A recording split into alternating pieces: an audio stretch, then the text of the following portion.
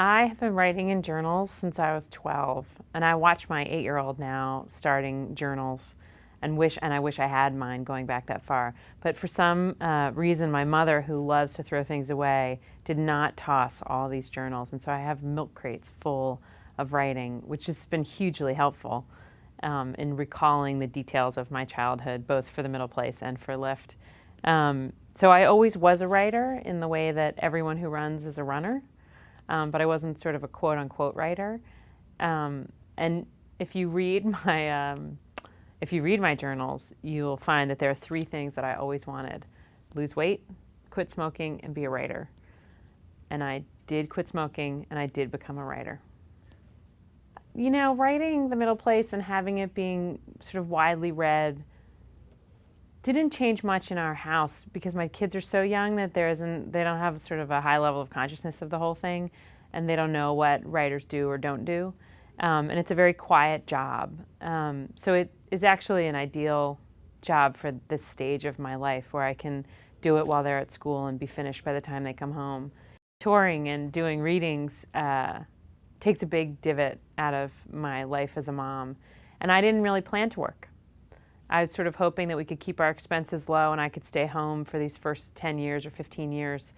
So I am having to deal with a whole bunch of questions that I just didn't anticipate having to deal with. And I've become incredibly empathetic to working mothers everywhere because the guilt involved is significant. And I just didn't think I would feel guilty. I thought working moms who felt guilty were crazy. Like, you take care of yourself. You do what you need to do. Kids are resilient. They're fine. You're a good model for them. And now I live with the guilt every day. The thing people say the most is, I just wanted to have a drink with you. I just want to take you out for a glass of wine. You're just like my girlfriends. And then people often ask about my dad and his health, which is great. He's turning 80 at the end of this month. And then I do think that there is this curiosity about how you manage your life as a mother with your life as a professional. And so I get a lot of questions about that. You know, do we have a nanny? Which we don't. And if we don't, then how do we do it? And we do it sort of in this slapdash, haphazard way that's not really working, but it's sort of bubblegum and shoestrings. You know, I made this transcending video on the eve of turning 40. I wrote down some thoughts about what I had noticed watching my mom and her girlfriends all those years, who cumulatively had experienced, it seemed to me, every high and every low. They had a kid in jail, they had a kid who died, they had a kid who committed suicide, they had a kid who went on to Yale and a kid who went on to Harvard, and you know, every dream and every nightmare seemed to be coming true for them. And I wanted to put that on paper. And I think the reason why people forwarded it around is that the underlying message was, you, meaning my girlfriends, are the reason why I'm going to survive whatever comes. And I think people used it as a greeting card almost. I think they sent it to their girlfriends and said, you, my girlfriends, are the reason why I'm going to survive, or am surviving, or have survived the crises that have come my way. So I feel like I put words in people's mouths, and they're hard words to say. It's hard to say thank you to people. And you feel like you've never said it enough. If they were really there for you, it's hard to feel convinced that you've covered it, you know, that you've really expressed to them how much their support meant. And so I think that's how people use transcending. You know, Lyft came about because I had internalized a couple of things that had happened early on in my life as a parent. And the things that were happening around me really seeped into my life and into my perspective on my kids, and in particular on our time together.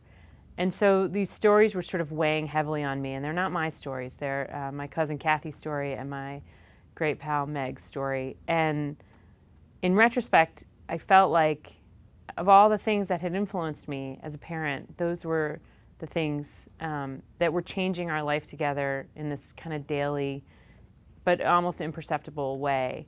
And so I wanted to tell them about these things in the context of me as their mother. So I think it was my way of explaining to them why they feel so precious to me, and why perhaps I'm a little paranoid about their health and well-being. So that's really how it came about. So my husband went to college with this guy, Mike Errico, who's this, I think, is the best undiscovered musician in America.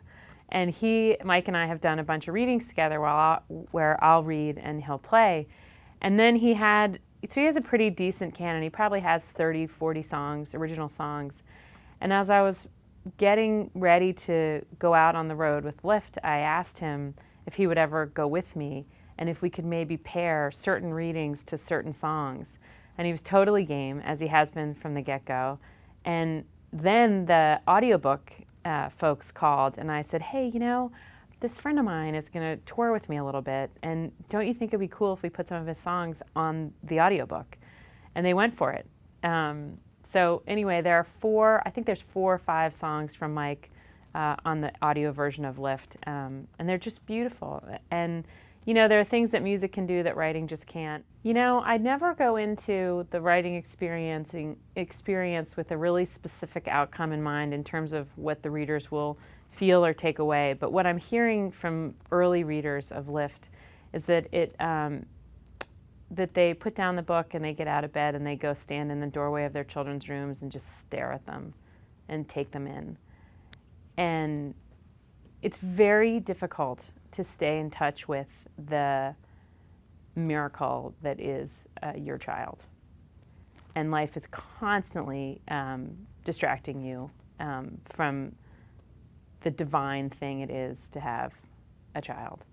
And so if there are 100,000 parents who get out of bed and stare at their kids in the night, I feel like that would be a pretty great outcome.